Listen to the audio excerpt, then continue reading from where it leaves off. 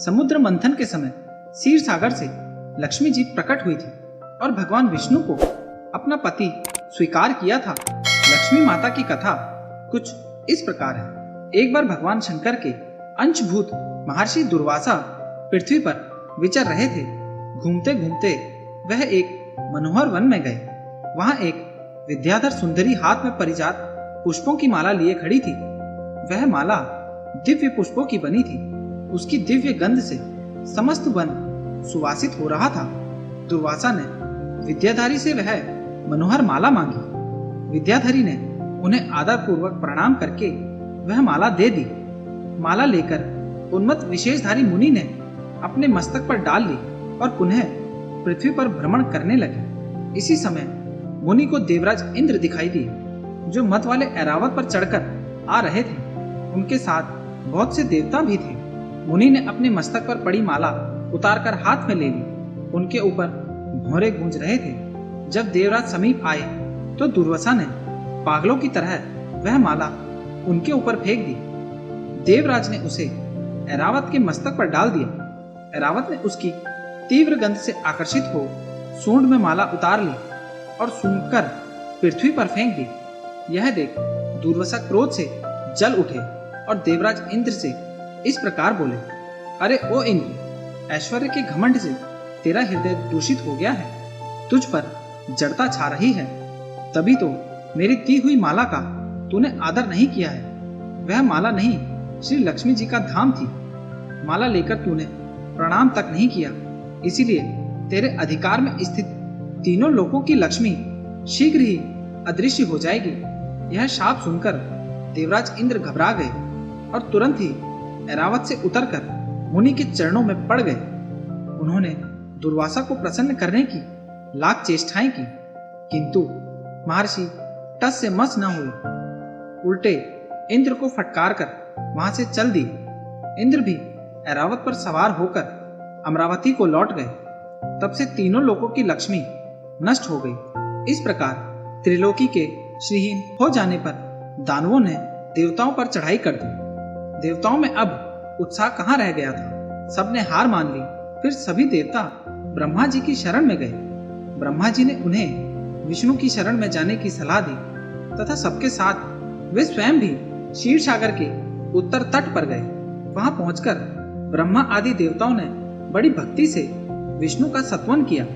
भगवान प्रसन्न होकर देवताओं के सम्मुख प्रकट हुए। उनका अनुपम तेजस्वी मंगल विग्रह देखकर देवताओं ने पुनः स्तवन किया। तत्पश्चात भगवान ने उन्हें क्षीर सागर के मंथन की सलाह दी और कहा, इससे अमृत प्रकट होगा। उसके पान करने से तुम सब लोग अजर अमर हो जाओगे। किंतु यह कार्य बहुत दुष्टकर, अतः तुम्हें दैत्यों को भी अपना साथी बना लेना चाहिए। मैं तो तुम्हारी सहायता करूंगा ही। भगवान की आज्ञा पाकर देवगण दैत्यों से संधि करके अमृत प्राप्ति के लिए प्रयास करने लगे।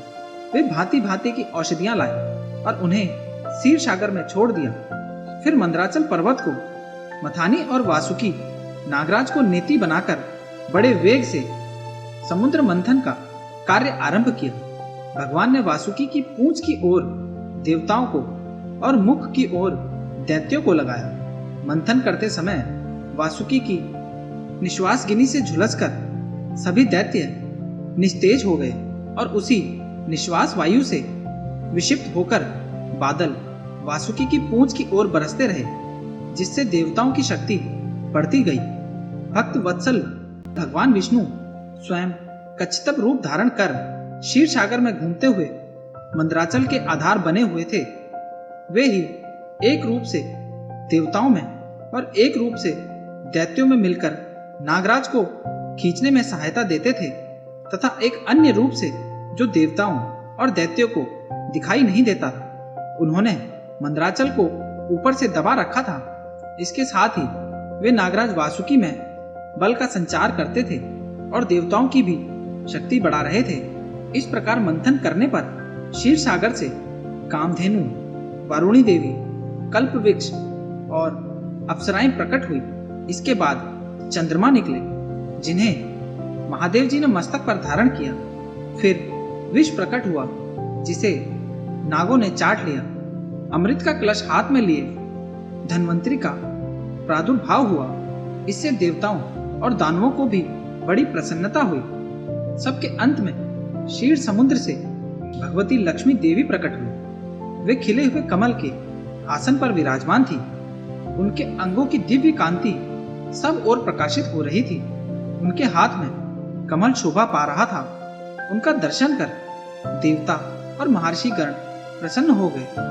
उन्होंने वैदिक श्री सूक्त का पाठ करके लक्ष्मी देवी का सत्वन करके दिव्य वस्त्राभूषण अर्पित किए। वे उन दिव्य वस्त्राभूषणों से विभूत होकर सबको देखते देखते अपने सनातन स्वामी श्री विष्णु भगवान के वक्ष स्थल में चली गई। भगवान को लक्ष्मी जी के साथ देखकर देवता प्रसन्न हो गए। दैत्यों को बड़ी निराशा हुई।